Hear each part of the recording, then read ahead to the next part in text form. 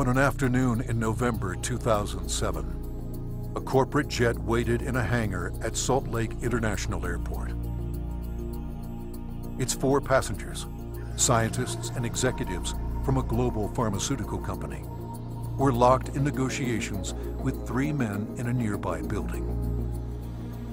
They started getting on the phone about noon back east, and they kept doing that, and about 2 o'clock they walked in the room and said, okay, we're convinced you've got something here, and it's significant enough that we will write you a check big enough that you won't want to talk to anybody else. We said, we'll call you tomorrow. And we immediately adjourned into our conference room again to discuss the offer that they'd put on the table.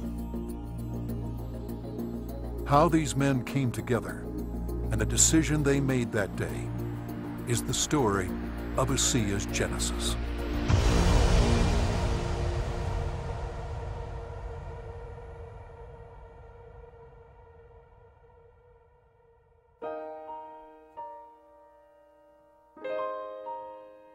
A lot of people have fathers that teach them sports.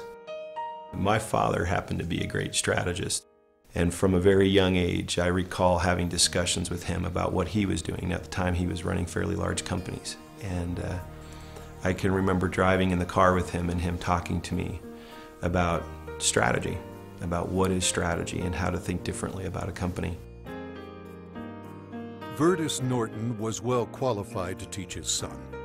At the time, he was sales planning manager of the billion-dollar beverage division of General Foods Corporation in New York, with responsibility for iconic products like Kool-Aid, Country Time, and others. In 1985, he was recruited by Dart and Kraft and eventually became the head of Hubart Corporation US near Cincinnati, Ohio.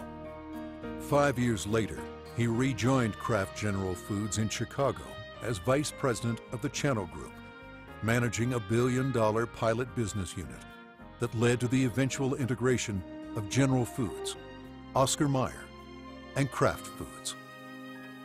Based on his track record, Vertus was asked to help re-engineer the company to increase efficiency in relation to an industry-wide initiative called Efficient Consumer Response.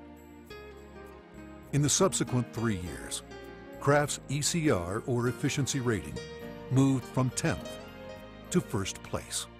I've known Vertus for over 25 years, and it was apparent to me immediately that here was a very special man. A man that had wonderful ethics, great business strategies, enthusiasm. There was no question that this man was going to be a huge success, and he is a success. Vertus retired from Kraft at age 57 and moved to Park City, Utah. We thought he would take retirement seriously. He did not.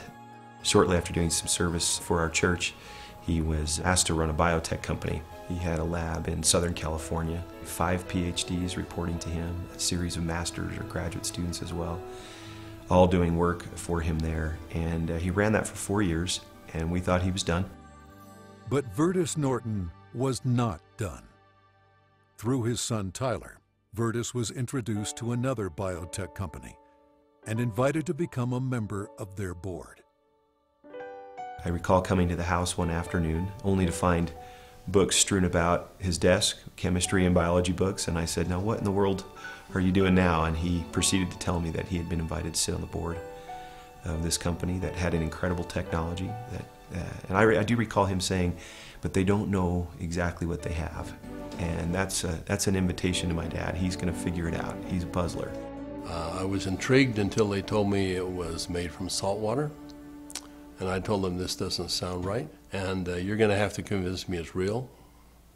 They said, well, we can do that. They said, we have a lot of research, and we'll give you some of the best research. You can look at it. And after running a lab and having my association with these people for 4 years, I knew what to look for. And I went through the science, and it was good, defensible science. Then they gave me a list of people to call, and I was calling Harvard, UCLA, University of Washington, University of Indiana, major labs across the United States, and everyone I talked to raved about the product, the way the company was intending for it to be used, And also they raved about the fact that you could drink this product and get a benefit from it. At the time, the product could only be produced in limited quantities through small devices. Highly unstable, it had to be used within minutes of production. But seeing the strength of the product, Virtus agreed to join the board of directors. As soon as I did that, they said, we're going to give you one of these devices to put in your house. We'd like you to become familiar with it.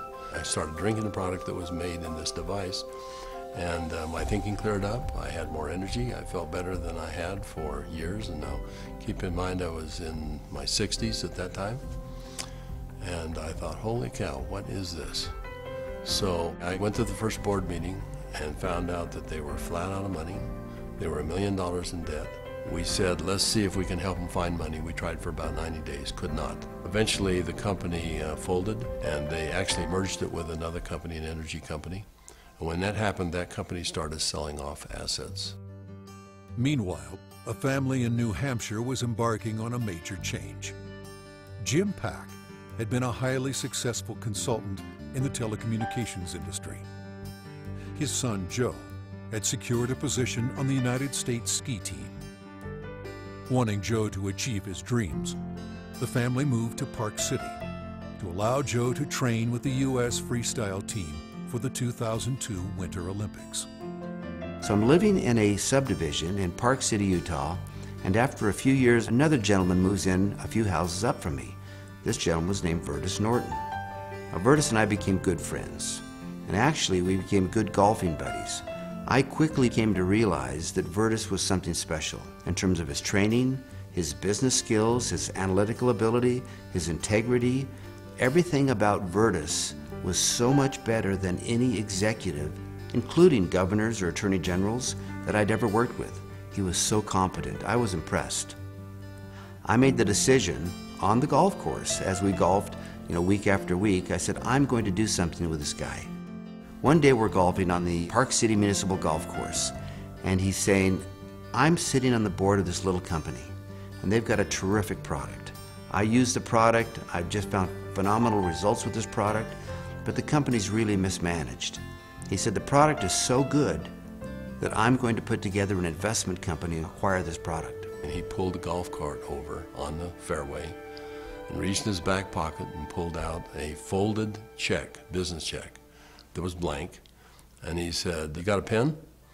And I handed him a pen, and he wrote a very big check, and he said, let's go do this together. And I said, are you crazy? You don't even know what it is. And I said, Virtus, that's true, but I know everything about you. I knew you've done your due diligence. If you're to the point where you want to form an investment company to acquire this technology, I want to be part of it. Let's do it together. And that was the start in the formation of ASEA. Of anybody that I've known, my favorite person is Jim Pack. I don't think just because he's brilliant. I think it's because he has drive and he engenders trust and confidence. And so we started down the road together, and over the course of a year, we discovered what the product was and why it worked. We developed what's called the mechanism of action. They discovered the product was based on redox biochemistry, a new field of science that emerged near the beginning of the 21st century. Redox signaling is a function central to all forms of life. Redox signaling molecules are created within every cell of the body and are vital to the immune system and to cellular repair and replace mechanisms. As one gets older, the body's ability to make these molecules decreases, a function of aging. The product provided a replenishing source of the exact redox signaling molecules the body creates, and in the same balance, enhancing cellular health. Knowing the product's shelf life was essential, Virtus and Jim challenged a team of researchers, including Dr. Gary Samuelson, to find a way to stabilize the product. We didn't know if it could be done, and we bought some equipment and kept making product over and over and over again, and we'd run it through the computer. And finally, after months, he finally came in and said, I think I've got the product stabilized. And we started testing it and found out that he had, in fact, stabilized the product. After stabilization had been achieved, Virtus and Jim met with a group of university scientists. We had told them that we had stabilized this mix of molecules, and they said, no, it can't be done. And we said, no, we have done it. And they said, no, it can't be done. And they were so adamant that they were slapping the table. And we said, well, wait a minute. We'll come back tomorrow and show you the product. So we took the product back the next day. Said, this is stabilized redox signaling molecules. Both positive and negative molecules in the same bottle, stabilized. And they said, how in the world did you do this? So one of the big breakthroughs is the fact that we can stabilize molecules that you're not supposed to be able to do that. The molecules in ASEA are supposed to be fleeting. They should all return to salt and water in just a matter of minutes, and they don't. Meanwhile, Vertus's son Tyler had arrived at the pinnacle of his career in the financial services business. His father took occasion to explain to him the technology he and Jim Pack had acquired. He said to me, this is the product.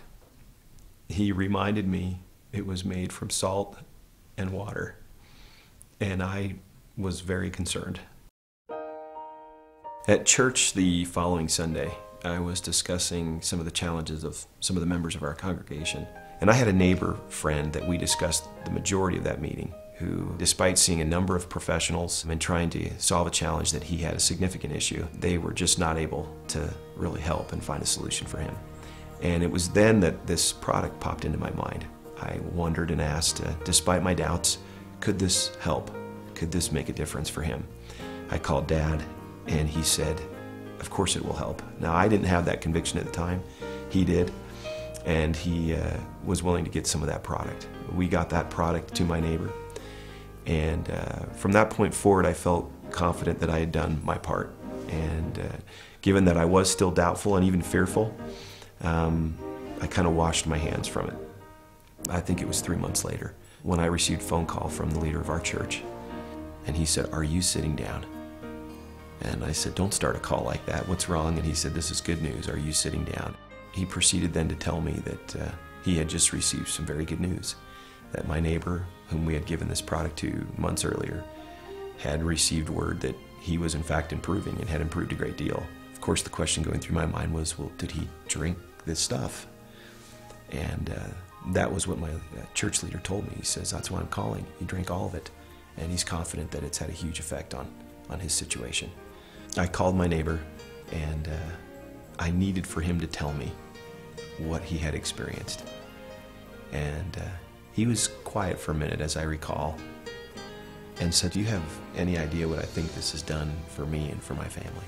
He began to tell me things that I've now heard multiple times over from people across all of North America, and how this product helped him and made a difference for his family. Frankly, this was a problem for me. This became a problem for me. It was my first indication that this could be real, this could be meaningful. By this point, Jim and my father had made a significant commitment to this product. They were moving forward.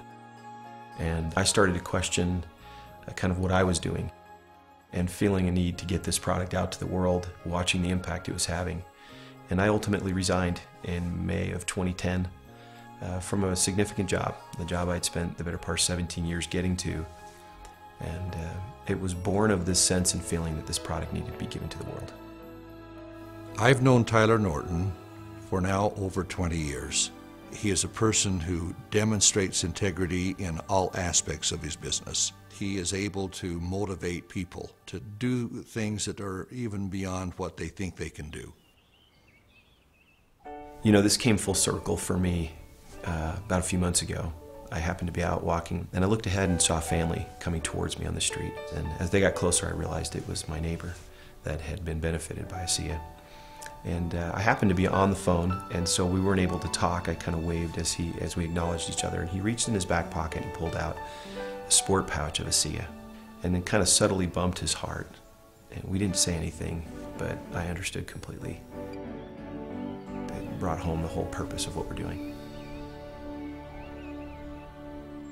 Now that the product was stabilized, Vertus and Jim began studying distribution models, retail, direct sales, internet, and network marketing. But first, they had a question. We actually wondered if people would drink a product that didn't taste very good, even if there was a perceived health benefit. And we said, let's find out. So we decided to find 40 people and create kind of a focus group, and we started giving it to them. We did that for about 2 months, and we said, let's go out and find out where we are with these 40 people. So when we went out and contacted them, we found out that the 40 people had turned into 135, and the product had been shipped to 20 different countries without our knowing it. And we said, well, we've got the answer we wanted. People will, I think, buy this product. When they determine that there is a perceived health benefit, they'll buy it. But in the meantime, we had contacted a friend, someone that Jim Pack knew and we had played golf with. And he was running a very big pharmaceutical company in New Jersey, about $10, $11 billion. And he finally agreed to send a group of people out and spend some time with us and see what we had come up with. So 4 people flew out on a plane, and we met in the conference room we had on the west side of the city for the better part of a day. We spread out all of the research that we had out on a table. And these gentlemen asked all the right questions. They thoroughly went through all of the science that we had, and as they do that, they'd call back to their headquarters and ask questions. About 2 o'clock in the afternoon, they came to us, and they said, we think you've got something really special here. We're going to write you a check that is large enough that you don't want to talk to anyone else. But there's a catch. And I said, what's the catch? And they said, you've got to shut it down. And I said, shut what down? And they said, you've got 135 people on this product right now. Shut it down. People have problems all the time, and they deal with them as best they can. You're going to have to walk away. And that kind of took us back a little bit. In fact, I said, that seems a little harsh to me. And they said, you want to work with us, you walk away. We said, well, we'll let you know. So we ushered them out of the building, and we huddled around the conference table. We came to realize that this had changed for us from a business play to something very important. This was a cause. This was a responsibility. We'd seen too many people helped by this product. We realized that the only option before us was network marketing. And in that conference room on that day, we made that decision to form a network marketing company. ASEA LLC opened its doors for business in July 2009 with just a handful of independent associates. Today there are tens of thousands, and their ranks are growing exponentially every month. In 2012, the company announced its entry into Europe, the first of many international steps to come. Every company has a vision, but for Virtus and I, our vision is just a little bit different given our age. This is not about making $1 million. This is about changing 1 million lives. One of my fondest memories is of a ASEA meeting that we held in Lexington, Kentucky. We had a huge group of people that came, very impressive group, and a lot of people coming up talking about what ASEA had done for them personally. But at the end of the meeting, they invited me to come up and gave me a small treasure chest. It wasn't very big, but as you open up the treasure chest, it's filled with letters of gratitude and thanks. It meant a great deal to me. So we came back to Salt Lake City, and I asked our people to go out and find a treasure chest, which we have done, and we have it in the office, and we continue to add letters to it. I have the privilege of going around the country and talking to people about this product. And it's not uncommon at the end of a meeting to have a group of people line up and want to tell me, and really thank me, but more thank my dad and Jim for what they've done. And as they tell their stories, and I get a chance to look into their eyes and sense their sincerity and the realness of what this has done for them, more than once, I've had to step out of the room and find a corner in a hotel somewhere where I could compose myself and get myself in order after hearing how sincere and thankful they are for this product. You know, we started off looking at this as a business opportunity, and as we progressed, it became more of a sense of purpose, but it's much more than that. We're creating a culture here. We're creating a family. I believe that the heart and soul of this company is represented in our associates. Our associates becoming is as important to us as them making an income. I don't believe you build checks. I believe you build people. And perhaps one of the greatest blessings of my time here at ASEA is embodied in these marvelous, enriching relationships with wonderful people. People that are desirous to improve their lives, share something meaningful with others, make a difference in the world, and become more.